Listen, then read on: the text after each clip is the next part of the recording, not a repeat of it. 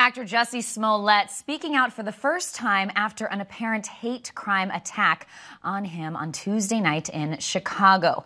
Jussie has given this statement to ET. He says, quote, "Let me start by saying that I'm okay. My body is strong, but my soul is stronger. More importantly, I want to say thank you. The outpouring of love and support from my village has meant more than I will ever be able to truly put into words." This is just part of his statement, but joining me now is ET Online host and producer Courtney Tezano, who has been in Chicago all week with members of our news staff to cover this attack and be on the ground reporting what the latest is from police. Courtney, thank you for being here. Thank you, Lauren. So I know we just got this statement in, literally moments ago from Jussie. Like I said, it's a longer statement than what we were able to read there, but among other things, he says he is working with authorities. Jussie says, because some people have been questioning some of his story, because different reports were coming out, different things have been said by sources, by police, and he said, "I have been 100% factual and consistent on every level," saying that he's working with authorities, saying he's been concerned about some of the inaccuracies and misrepresentations out there, but he's maintaining his story and said that he's working closely. What do we know about the latest from police and where the investigation's at? Everything still stands when it comes to police. Those 12 detectives are still continuing the investigation. Of course, with these things being so secretive, there's not much that they can share. But as Jussie said, it is 100% factual on his end and consistent on every level, things that he shared with police at this point.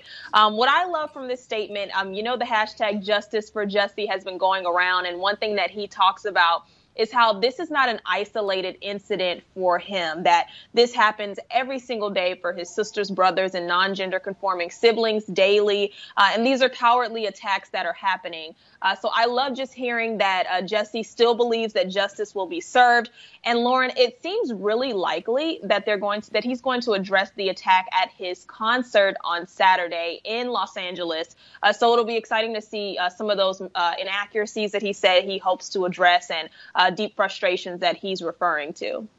Right. Well, and it's tough, like you just said. You use the word secretive. It's difficult because, police do have to sometimes keep certain details under wraps. They're moving forward, trying to solve what happened here. So they're trying to do that smartly to make sure that they, catch whoever is allegedly responsible. So I understand there's a lot of difficulty and a lot of information coming out quickly. It's nice to hear from Jussie. Like you said, he'd been quiet for the past couple days. We had heard from his family. His family had spoken out, had released statements of their own as well. His sister Journey posting to Instagram as well, if we can bring that up.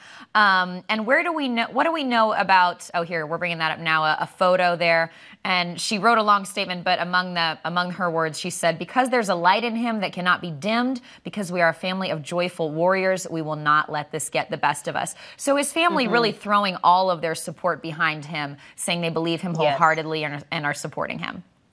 Absolutely. And another thing that he talked about is despite the grief and the trauma and the pain, he's still going to lead with love. And, with someone having gone through these alleged incidences or this kind of attack, it's really a beautiful thing to see that he's still staying strong throughout all of this, Lauren. Right. I actually can read part of the family statement here. They said, "Jussie was the victim of a violent and unprovoked attack. We want to be clear. This was a racial and homophobic hate crime." And I know that some, again, there had been these questions because there was a little bit of what exactly did police see? Did he have a rope around his neck at the time, et cetera? And we just brought that up. His family saying he had told police everything from the beginning and his story had never changed. The family hopeful they will find these men and bring them to justice. What do we know for sure about the facts on that? I know yesterday you and I talked about had they found the container of this substance. There was a photo of potential persons of interest. Where is that at, if anything has changed? So when it comes to the container, that is still under investigation. But what can be confirmed is that when Jussie entered the building of his private residence, he did have a rope around his neck. That was seen on surveillance camera. So we do know that as far as it comes with the persons of interest, those, again, are not suspects. Police will still be calling the persons of interest in this investigation. One thing that I believe Jussie is saying in that statement is those conflicting reporting things that we're getting are how he transported himself to the hospital? Was he on the phone with his manager at the time when those MAGA country comments were made? So I think those are some of the inaccuracies and frustrations that Jussie might address. But right now, we just know based off surveillance video that the rope was around his neck when he entered the building. Wow, right. Because what he says is that two people, I should say, just in case, threw a substance on him, put a rope around his neck, attacked him. There were also some questions about this phone record thing and him handing over his phone, because there were some reports out there that Jussie and his manager, who he said he'd been in contact with during the attack, had not handed over their phone records, that they were refusing to do that. But is he clearing up some of that in this statement, in his latest, in speaking out? It does seem like he's trying to clear that up. When we spoke to Chicago PD, they did say that he refused to turn over his phone. And at that point, there's nothing legally that they can do if someone is not turning over those phone records. Of course, we'll get the latest from Chicago PD since Jussie has released this statement, kind of contradicting what was told to us. So we will give you guys the latest as we hear from police today. Right. It seems like, what we're kind of hearing from sources as well is that maybe he just was uncomfortable with handing over his phone then and there, and he's going to try to find a way to get the phone records. So there can be some One thing I do miscommunication. Absolutely. And one thing I do want to add is that police have said that Jussie has been nothing but cooperative throughout this entire process. So I see that continuing to be something moving forward in this investigation. Absolutely. Okay, Courtney, well, like we said, it's really troubling to hear, about the rope being around his neck. But as some people have also questioned, why was it still around there? Well, it seems like what we're hearing is that he wanted to preserve any evidence that there might have been from an attack. He wanted to, unfortunately and horribly, he says, keep the rope around his neck in case of possible evidence. So that's what we're hearing.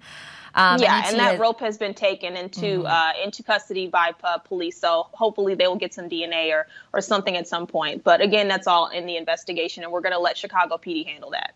All right. Well, we know ET has learned that Jussie is back in L.A. now. And as you said, Courtney, he has a concert here in L.A. this weekend. So we'll see if we hear any more from him. But thank you, Courtney Tezano, and to our news team being in Chicago in the cold, reporting about all this. And again, Jussie Smollett breaking his silence this morning. And if anybody wants more on this, you can head to etonline.com. Courtney, thank you so much. Thank you, Lauren.